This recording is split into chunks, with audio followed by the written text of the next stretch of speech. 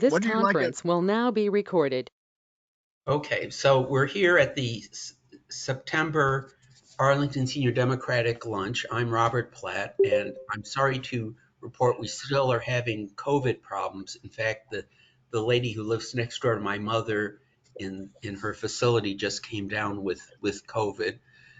So it's very treacherous time still. But the Arlington Saturday lunch meeting is going live. They've run into a problem with Busboys and Poets in that they charge a $200 room fee now. So if we do go back live, we'd either have to figure out how to handle that or come up with an alternative venue. Someone suggested having a brown bag lunch in the recreation room or community room of one or more condos. And my condo certainly has that, but they have not opened up to outsiders yet. As soon as we do, or if any of you have a venue they want to suggest, that's fine. But Busboys does want a $200 cover charge. Okay, so it's now my great pleasure to introduce Bethany Sutton, who is our candidate for school board. Bethany, the floor is yours. Thank you. Good afternoon, everyone. I see a few familiar faces here and some folks that I maybe have not yet met or spoken with. It's great to be here. I'm happy to just sort of do a very quick introduction and then open up the floor to whatever topics you want to talk about or whatever questions you have. I am, a 21-year Arlington resident, a parent of kids in the school system. I have an 11th grader at HB Woodlawn and an 8th grader at Thomas Jefferson Middle School. I have been involved for probably, well, at least a decade in sort of community leadership and leadership in our schools. So I was 7 years on the board of the PTA at Randolph Elementary School, including 3 years as PTA president.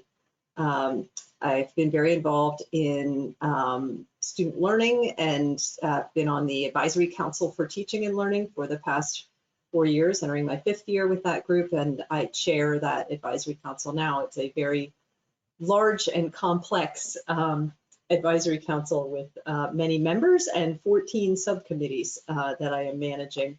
During the pandemic, we began a food pantry at Randolph Elementary School, which sits up the street from my house.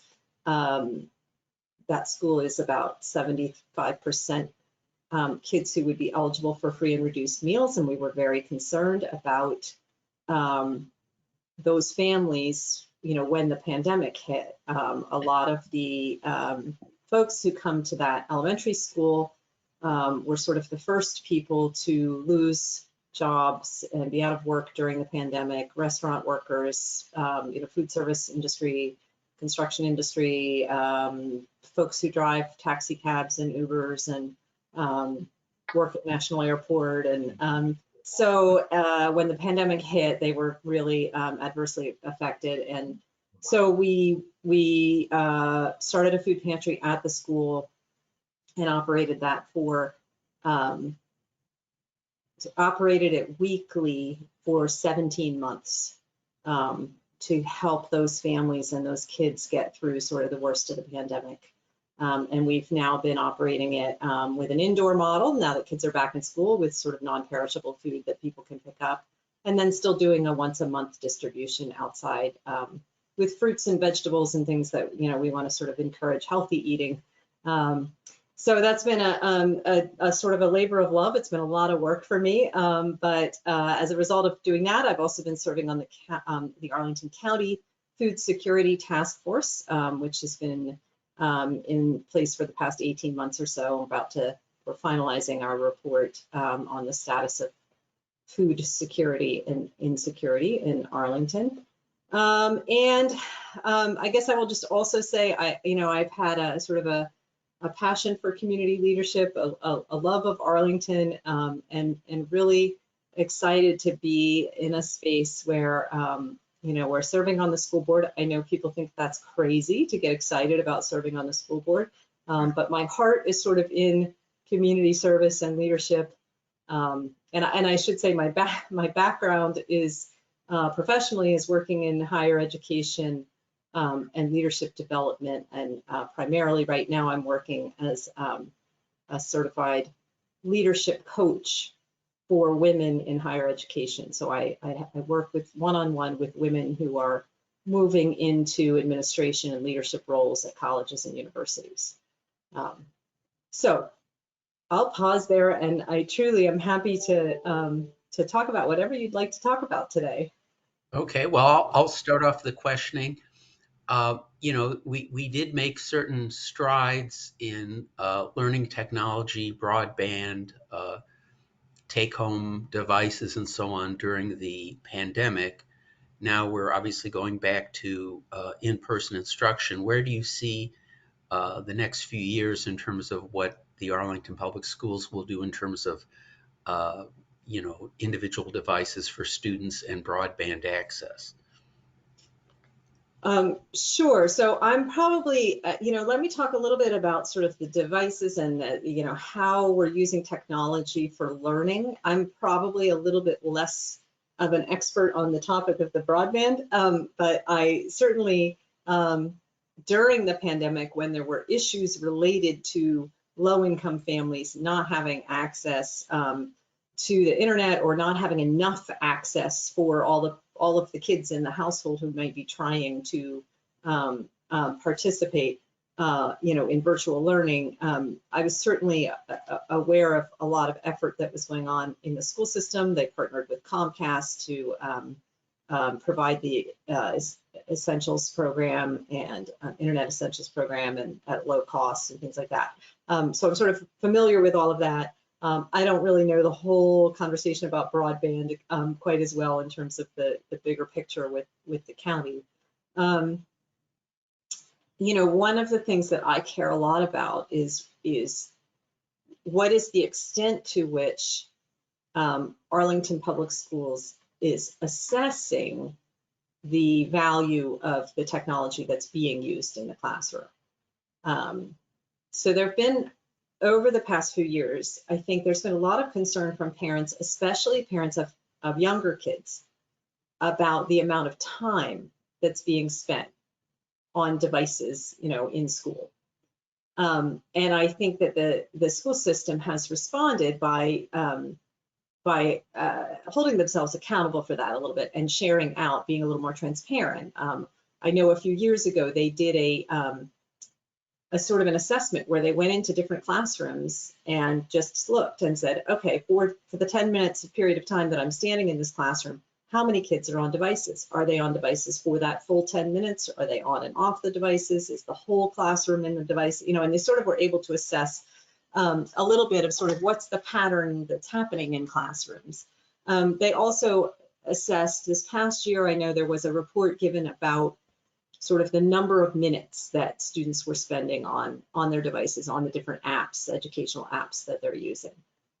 For me, and this has been something that I've brought up a number of times over the past few years, I'm more interested in knowing, so are those educational, applications, the different things they're using, are they having a positive impact on the actual educational achievement for these kids?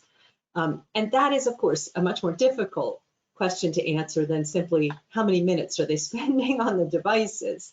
But that is where I would like to see us go next, is really doing more assessment of the educational impact of some of what we're using in terms of technology. Two other things that I would say quickly. One is I think we also need to be very attentive for the older kids, for kids who are in high school, as to whether they are in fact being prepared for the workforce. Are they using technology? Are they learning how to use technology in ways that are aligned with how people out there in the workforce use technology? And I'll share an example that I've a friend who was complaining that her 11th grade daughter doesn't know how to write an email because they do everything on sort of chat and and this, and crafting an email was something that this student had sort of never done. And so, there was red flags were going off for this parent, about, is her daughter going to be prepared to be out in the workforce eventually? Can she literally, email still is a format that people use, right? And the other thing I would say is that what I take as a good sign, what I'm encouraged by in this sort of overall scheme of things, is that the position of information technology coordinator, which is a position in every school, the person in that role, until this year, they reported up into the Office of Information Systems, right? The technology office in Arlington Public Schools. Starting this year, they are reporting in the Office of Academics. So those information technology coordinator positions are being viewed and are going to be more of an educational position than a technology position. And I think that's a good step. I think that means that we're looking at those positions in terms of sort of the instruction as opposed to simply just the device.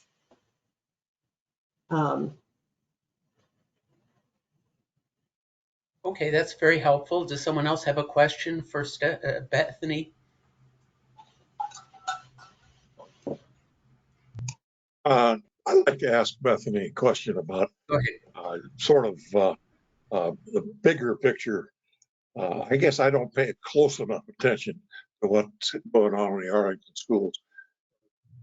Nationwide, and even in Fairfax County and Loudoun County, we're seeing a lot of pushback from conservatives against critical race theory, against gender theory. Are we experiencing any kind of objection in Arlington, or have we escaped that? So thanks for that question, Jim. I would say it's getting closer and closer to Arlington. We are not immune. And let me think of an example to share. So there's a woman, an organization that has formed in Arlington to help kids, much younger kids, have access to books and reading. So it's called READ, and it's Read Early and Daily. So it's the idea that kids at 2 years old, 3 years old, 4 years old who aren't yet in school should be in the habit of reading, and you want to get books into their hands. And so there's a program that's designed to help get younger kids reading, or at least, holding books, looking at books, get books into their hands. I heard, and this is totally anecdotal, I heard that the program that runs that got some pushback about what books were being included. That there was, maybe a book that included, I'm not sure what, maybe two parents who were both moms, not a mom and a dad, or something like that in a book. And so, again, that's totally anecdotal. I haven't discussed it with that organization, but you hear these things starting to bubble up a little bit. In a bigger picture sense, backing out from that, over the past few years, so in the state of Virginia, you have the standards of learning, right? And those are sort of the things that we say in math, in reading, et cetera. The state says we would like all students in the state of Virginia to, learn these things in the math curriculum and achieve these things by these grade levels in math, for example. Over the past few years, there was a group revising the standards of learning for social studies. So they were looking at what do we want to include in the social studies curriculum for the state of Virginia, for all students. Typically, they map out sort of larger learning outcomes, and then a school district itself decides how they want to teach for those outcomes or how they want to teach those things. And kids are tested at the end of the year. An example would be in 4th grade, everybody does Virginia studies. And the state says, as part of Virginia studies, you should learn about the geography of Virginia. You should learn the history of the state of Virginia. You know, you should learn different pieces about sort of the demographics, the people who live in Virginia, et cetera. So for the past several years, they've been revising what's included in the standards of learning for social studies. When the governor was elected, when the governor came in this past year,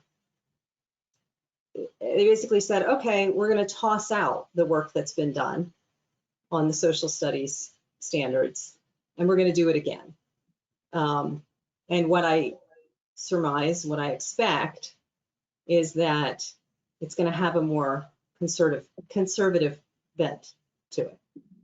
Now, we will still have sort of our own local control over what we want to do in Arlington Public Schools in social studies, but we do have to teach to those standards because kids are tested on those standards, and that goes into sort of the performance of the school system overall. Does that make sense, Jim? Does that sort of answer the question? That's very helpful. You described a situation that I think we need to be alert to because it's all part of an ongoing national effort to delegitimize public education. You know, to make the public schools into so-called government schools. They're indoctrinating our children rather than educating. I drove down to Richmond for a wedding a couple of weeks ago and went through Ashland. There were 4 signs that I noticed from the Tea Party patriots saying that's a place where the county has had a real eruption in opposition to what I want to call regular learning, you know, the kind of learning truthful history. You know, when I grew up, you know, 50, 70 years ago almost now, I never knew there was anything other than great white men that affected history. I mean, it was a completely skewed history. We have corrected it. I think education has corrected it over the years, but we're in danger of going back if we let this much get a hold of it. So.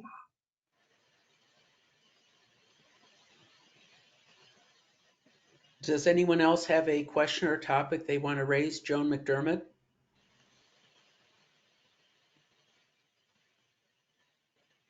I can't hear you, Joan. Yeah, can you hear me? Yes. Now we can. Okay. I have a question about the school enrollment. I know that during the pandemic, Arlington lost students. Parents were unhappy with the schools not being opened and everything. And I am wondering, have those students come back? And are there any numbers out yet for enrollment for the fall? Yes. So the enrollment numbers were reported last week to the school board, and they stand at about 27,500 students. And that represents growth now. And I think, I'm not sure that I don't recall that they sort of broke that down in terms of, are those new students enrolling? Are they, you know, are they returning students or not? I do think over the pandemic, the drop, some people say the drop was 2,000 students. I don't think that's accurate. I think the drop was about 1,000 students total. And I think that we are now seeing some of those students come back. I think it had dropped to, I want to say in the spring we were at about 27,000 and now we're at 27,500. Again, I'm not sure that those are all students returning versus simply a little bit of enrollment growth. You know, there was a presentation in February, I think it was, to the school board from the planning and evaluation office on enrollment and what their projections sort of look like. And at that time, they were projecting that we will see modest enrollment growth over the next 10 years. But there are a few factors that could come into play that might shift that. And one of them is if we do see more families returning to APS who exited at some point during the pandemic. I spoke with a parent last spring who has 2 children, one of whom was in one of the public schools doing fine through the pandemic and virtual learning and remained in her school. She was a high school student. And then she had another student who was in late upper elementary school and heading into middle school during the pandemic. And he was not doing well. And so they did put him in private school. And she was saying to me, I'm not sure. So once he finishes middle school, will he continue in private school for high school, or will they return to Arlington Public Schools for high school? So there's not even necessarily like an immediate sort of return. I mean, some parents are sort of calculating, do they finish out some section of schooling where they are and then return, or, so I think it may be an ebb and a flow that it's not a hard and fast sort of way to predict it. And I think, we may see a little bit of shift. And some people may discover that they're happy where they are and they just continue with their kids in the private school if that's where they've landed and they're doing well. So did this drop in enrollment have any effect on the budget? Was the budget was made less because of that drop, or did everything stay the same? I don't think it had a direct impact on the budget. No, that's my understanding. I'm still learning a lot about the budget, so. Could I ask a follow-up question, which is, do you have any data about the parochial schools located in or near Arlington? Did they suffer the same sort of COVID drop that Arlington schools suffered, or did the enrollment go up during COVID? I don't have any data. I don't have any direct information. I have a general sense that those folks who exited Arlington Public Schools, my general sense, just anecdotally, is that they did go to very close by local parochial schools or private schools. But I don't have any numbers about that. So, who has the next question? Mary Margaret Whipple.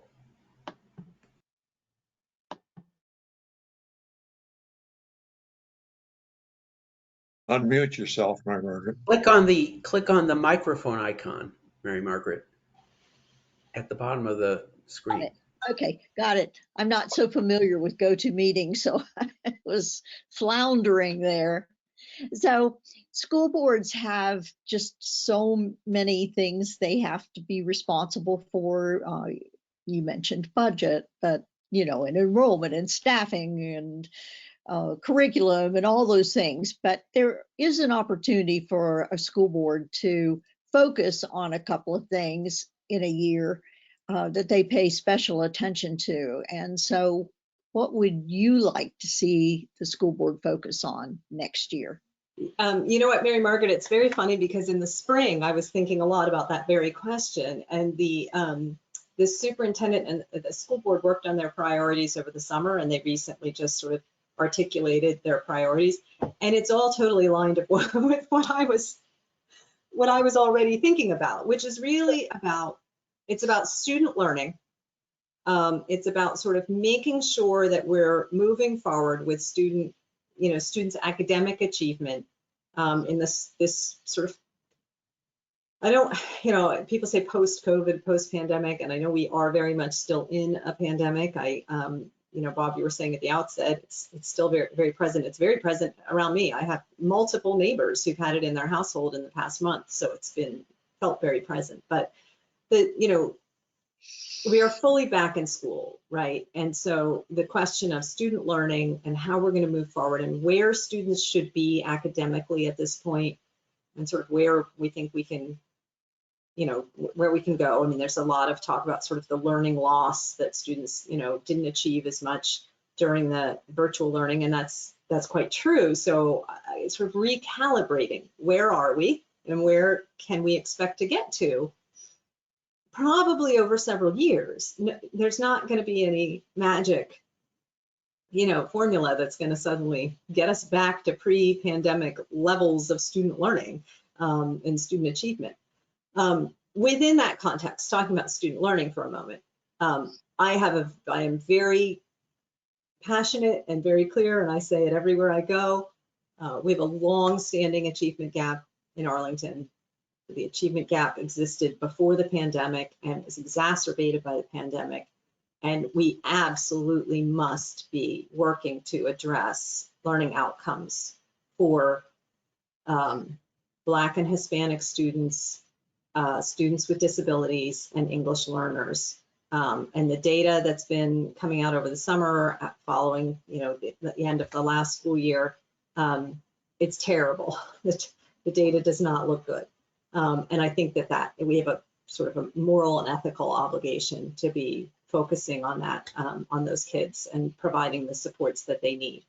And then the other piece, Mary Margaret, that I would say that to me is really critical is thinking about the sort of mental health and emotional and developmental, needs of all of our kids, and the overall sort of health and well-being of our community. And when I say that, I mean the health and well-being of our teachers and everyone in those student-facing positions on whom so much of this work falls, right? If we want students to achieve academically, if we want to make some progress with the achievement gap, all of that depends heavily on educators in the classroom, right? And so we need to be really attentive to everybody's health and well-being. We need more counselors and psychologists in the schools for students. We need teachers to have to feel strongly supported and feel like they understand and can identify when a student is in need or in crisis. And that's both in terms of sort of their mental health and also like if they're seeing something academically that's a problem and maybe there's a learning disability or something, so providing a lot of professional development for teachers, but also just supporting them in their own journey because they went through COVID as well, and so I think a lot about sort of that bigger picture, health and well-being piece. So what additional resources can be provided to teachers?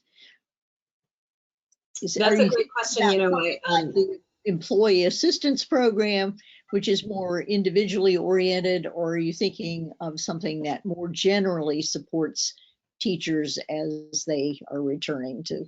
Sure. So an example would be, so I think a little bit of both.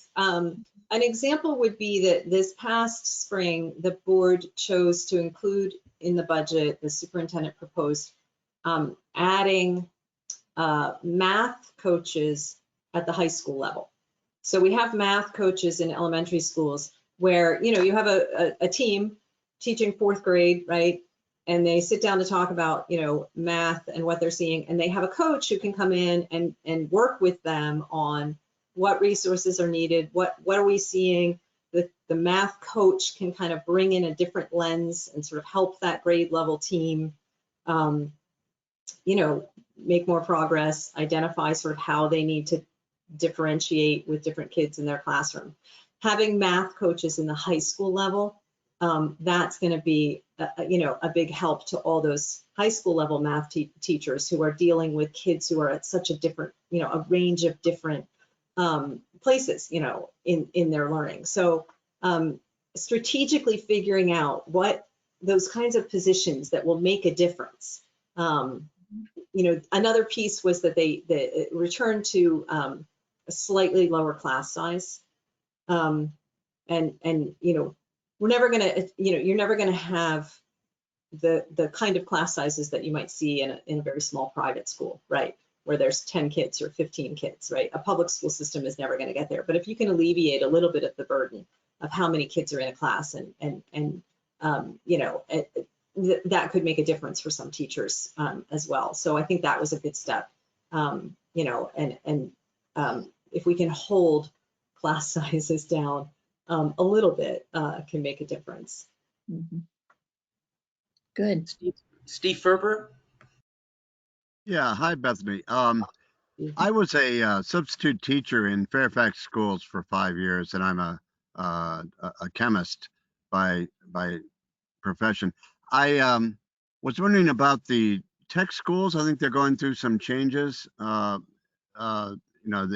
also if you could mention what's the latest with the Jefferson STEM School. Okay, I'm not sure what you mean when you say the tech schools. Well, isn't there a tech center? What is that what they call it? Career Center. You mean the Arlington Career Center? Okay, sure. I used to call it tech, and now it's career. Okay, yeah. Yes. Okay, so Steve, first of all, let me say I have an 11th grader who's in chemistry now. Mm-hmm. Oh, yeah. I think, so far so good. Surviving. Good. Okay. Likes the teacher, Good. That's important. Doing algebra 2 at the same time, and I'm told that doing algebra 2 and chemistry at the same time is somehow advantageous. I don't know if you think that, but. Yeah. Generally, when you take parallel science courses, they tend to reinforce. It's a good thing. Yeah. Well, again, my fingers are crossed on this one. Yes, so there's a whole range of programs at the Career Center that constitute, there's sort of 3 pieces. There's the career, technical, and adult education programs. Mm-hmm. There's Arlington Tech High School. Right. And then there's the Arlington Community High School. Mm. So what's on the horizon is that the Arlington Community High School, which is a program for adults who are trying to complete high school, the Arlington Community High School is going to move, like the physical facility, to Crystal City, and Amazon is paying for the space, the redevelopment of space to accommodate the Arlington Community High School. Good. Will still be accessible with public transportation, which is a really critical piece for that, and is going to alleviate some of the crowding that's happening at the Career Center. Sounds good. The career, I will say this, the past couple of years I've been sitting in on the Career, Technical, and Adult Education Advisory Committee meetings. So that's one of the subcommittees of the sort of the big council that I chair. And I heard a presentation in the spring, or a conversation with David Remick, who chairs the Arlington and Alexandria sort of workforce development council. I'm not sure what the exact name of it is, but he's sort of an expert on, the workforce needs of the region. And he's been very involved with Arlington Career Center and all the CTAE programs there. I try not to use all these acronyms so much, but forgive me. What he said, Steve, is all those programs at the Career Center that we have right now are so aligned with the workforce needs of our region. We are doing exactly the right kinds of things. So there's like a carpentry apprenticeship program, there's culinary arts program, there's this whole range. And my kid also, in addition to chemistry and algebra, is currently in a small animal care class that's offered at the Career Center. So those programs allow students from any of the high schools to go over there and take different classes in different areas. So we were able to go through the system last spring and request that my kid take the small animal care class, and she got into it. And so, we run her over there at 8 a.m. and then she takes a shuttle over to her high school for the rest of her day. So there's a whole lot of great stuff going on there. The space is really tight. It's been sort of jerry-rigged over time. I took a tour of the building last spring, and it has been a long-standing plan to build a new career center.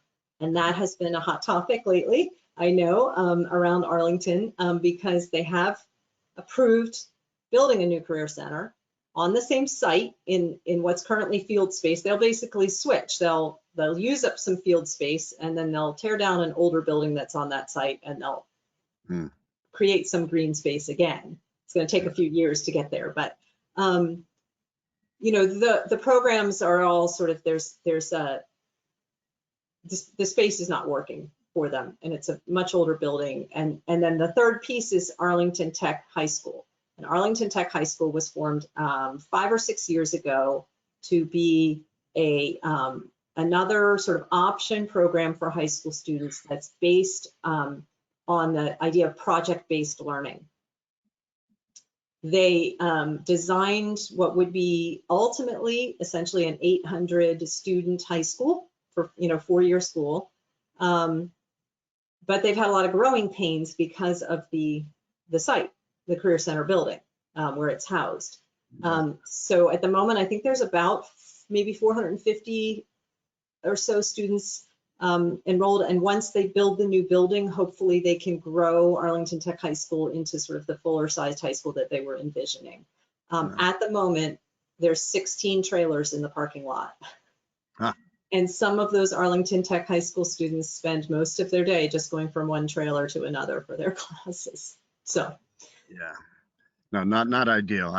I'm well familiar with trailers. Yeah. Yeah. And the Jefferson Tech, STEM school.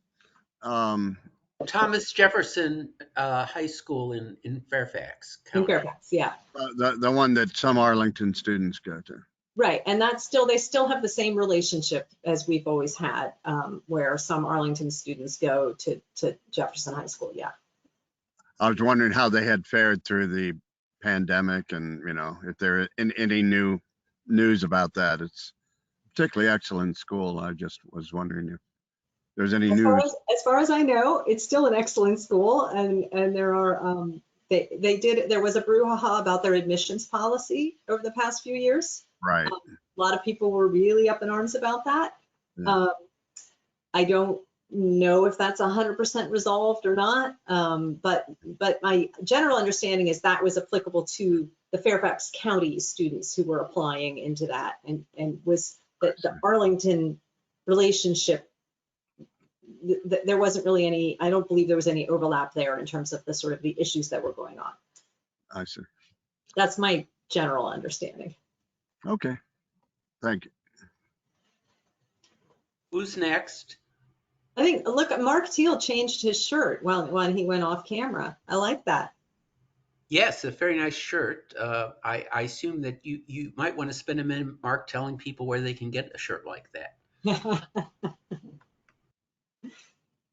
Bethany says I never wear her shirt, so I had to put it on. But I think Bethany can talk about where they come from. I got it from her. That's right.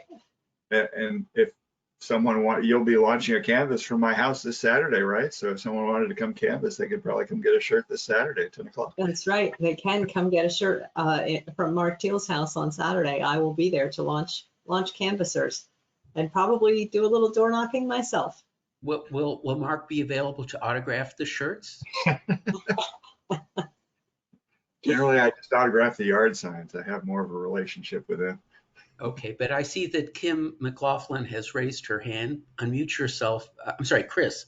Chris, unmute yourself and ask your question, please. Well, I just wanted to add that on October 3rd, the Kitchen Crew is supporting a fundraiser for both candidates, local candidates. And I think Joan McDermott and others on this call are going to see an email from me about signing up. So I just thought I'd throw that out there. Thank you, Chris, for mentioning that, because I will tell you all that as a first-time candidate, fundraising is a challenge. I've had many generous donors and still seeking more generous donors for the campaign because it does cost money. I do have to pony up to the Arlington Democrats for all of their support, and also pay for things like all those yard signs that are in Mark Teal's garage. So welcome anyone's participation in that fundraiser, and or anyone who would simply like to visit the website and donate. And I should put the website in the chat, I guess. One other question I had was about language arts. At one time, Arlington had an extraordinary number of different native speaking languages among its school children. Mm-hmm. Is that still the case? Is there a big diversity of languages, of different languages for which the students have English as their second language? Yes. Bob, you've actually hit on another one of my my favorite talking points, which is talking about English learners. So something around 18 to 20% of students across Arlington Public Schools are learning English. The Office of English Learners tracks, how they are doing. There's measurements that they use to see, where are they in their development as English speakers and writers and listeners, and provides support. But that is a group of students who are not achieving as well academically, and who need additional support to be successful. There's the sort of flip side of that, which is around the world languages curriculum and students learning different languages in Arlington Public Schools. And that has been sort of shifting in recent years. Obviously in the high schools, there's sort of a range of language offerings for students who want to learn sort of languages that are less popular, shall we say. So a lot of students learn Spanish, a lot of students learn French. They also use, I think across the state, American Sign Language is accepted as a foreign language for World Languages credit. So some students are learning sign language.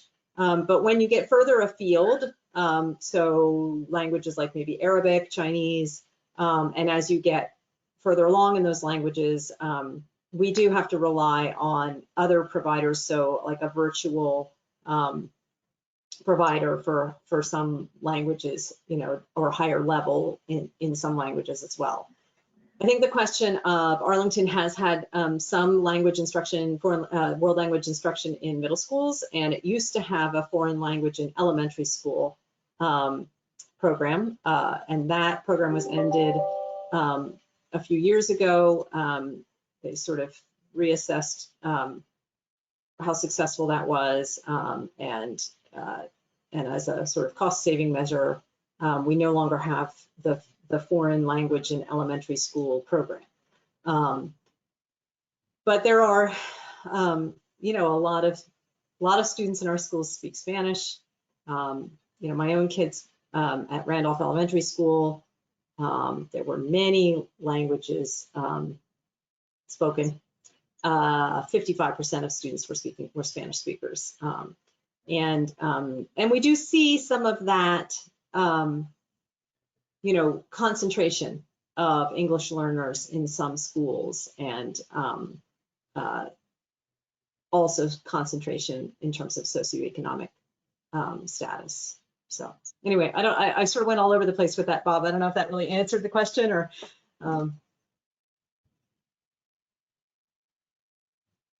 Yes, that was very helpful. Thank you. And I know that's something that the school system has addressed a lot over the years. I just had coffee yesterday with Rick Jackson, who is a PhD linguist, has been an ardent advocate for decades for language instruction in Arlington Public Schools. And I sat down with him and listened to his perspective on the ebb and flow of world language instruction in Arlington over the past maybe 10, 15 years, and I learned a ton from him yesterday, and it's percolating in my mind in terms of where do we want to go next in terms of language instruction. So, well, sometimes it's thrown on you. Like I predict the two new speaker groups will be Ukrainian and Afghanistan.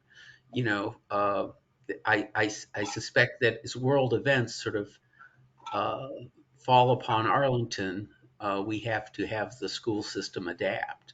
Mm-hmm. Mm-hmm. Any other comments or questions for Bethany? Yes, I have another question. We've heard a lot about how people are leaving teaching and it's difficult to fill positions. I just wondered if Arlington was fully staffed when school started. Is Arlington offering any bonuses? And I don't think it's just teachers. I think it's some of the aides and other staffing too. So can you talk a little bit about that, Bethany? Yeah, yes, that's something that I've also been hearing a lot about and concerned about. So the big picture would be that across the country, obviously, people have left the profession and people have chosen not to go into teaching. The worst sort of places are rural areas, understandably. And so when you look at sort of what's the national data, you have to understand that urban mid-Atlantic DC region is not as bad off in some ways as other areas, although we have a very high cost of living, which makes it, difficult. So they were reporting the numbers at school board meetings over the course of sort of June, July, August. I understand that we were at 99%, 99 maybe point something percent at the start of the school year. The most recent number I saw was from last week, that there were 35 full-time teaching positions across our whole system that had not been filled. That's actually terrific, and that's better often than many years in the pre-COVID era. So we are, in that sense, sort of in terms of the numbers, we're doing fine. I do think that teacher morale and teacher workload and our ability to retain teachers, like, you invest in professional development for teachers, you invest in them as employees, and you want to keep them, right? And so all of that is critically important. The school board did, the county supported, the county board supported, and the school board did a significant adjustment to salaries for all staff in the spring. Really significant, like 7, 8, 9%, depending on where you were. They did bonuses for summer school teachers to get teachers to teach in summer school, because we did have some critical need with students who were more than a year behind academically.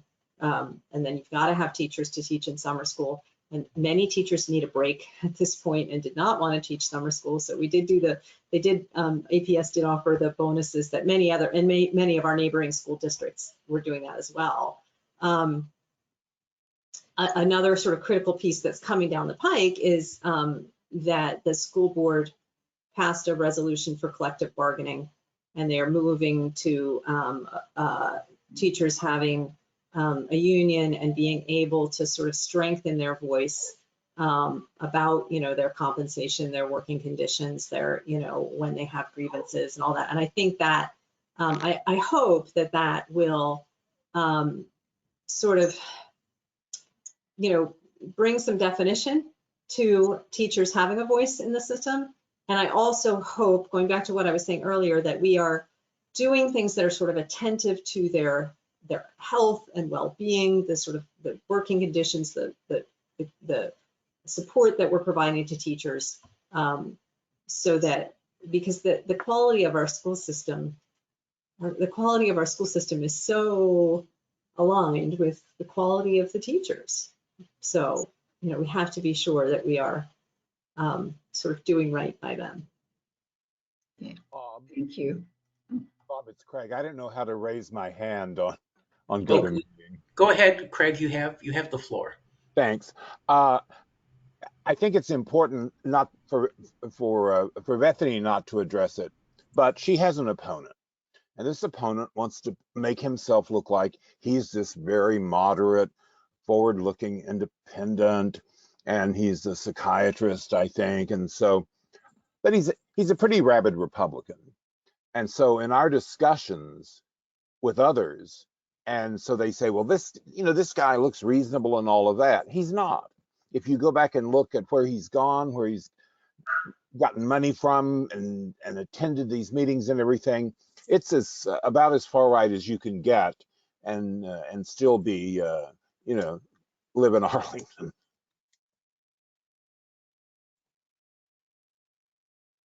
Thank you, Craig. I don't think that Bethany needs to respond to that directly. No, not at all. Thank you. Yes. I would also urge you, the website's in the chat, and Mark indicates that there's a number of interesting donations. You can always go to VPAP and find out what's going on in terms of candidate funding. I do want to just take a brief moment to do a commercial announcement that although Stephanie's campaign is certainly worthy of your donations, the Arlington School Bond Campaign would love to have your donations as well. And you can send checks to support the school bonds at my home address, which you all know. And I'll put that in the chat. Is there any other last finishing thoughts? Okay, well then I want to thank Bethany profusely for taking the time to meet with us. I know we're all even more rededicated toward making sure our local candidates prevail in November. Early voting will start at the end of this month. And again, please make that little extra effort to, oh, and there's another T-shirt there from Steve. I was wondering where Steve's T-shirt was. And please, everybody on this call, make a little extra effort to get our slate of candidates over the top, as well as our bond referenda. Okay, well, we'll see you next month. And again, the guest will be Parissa, our Commonwealth's attorney. Thank you again for tuning in. Thank you all.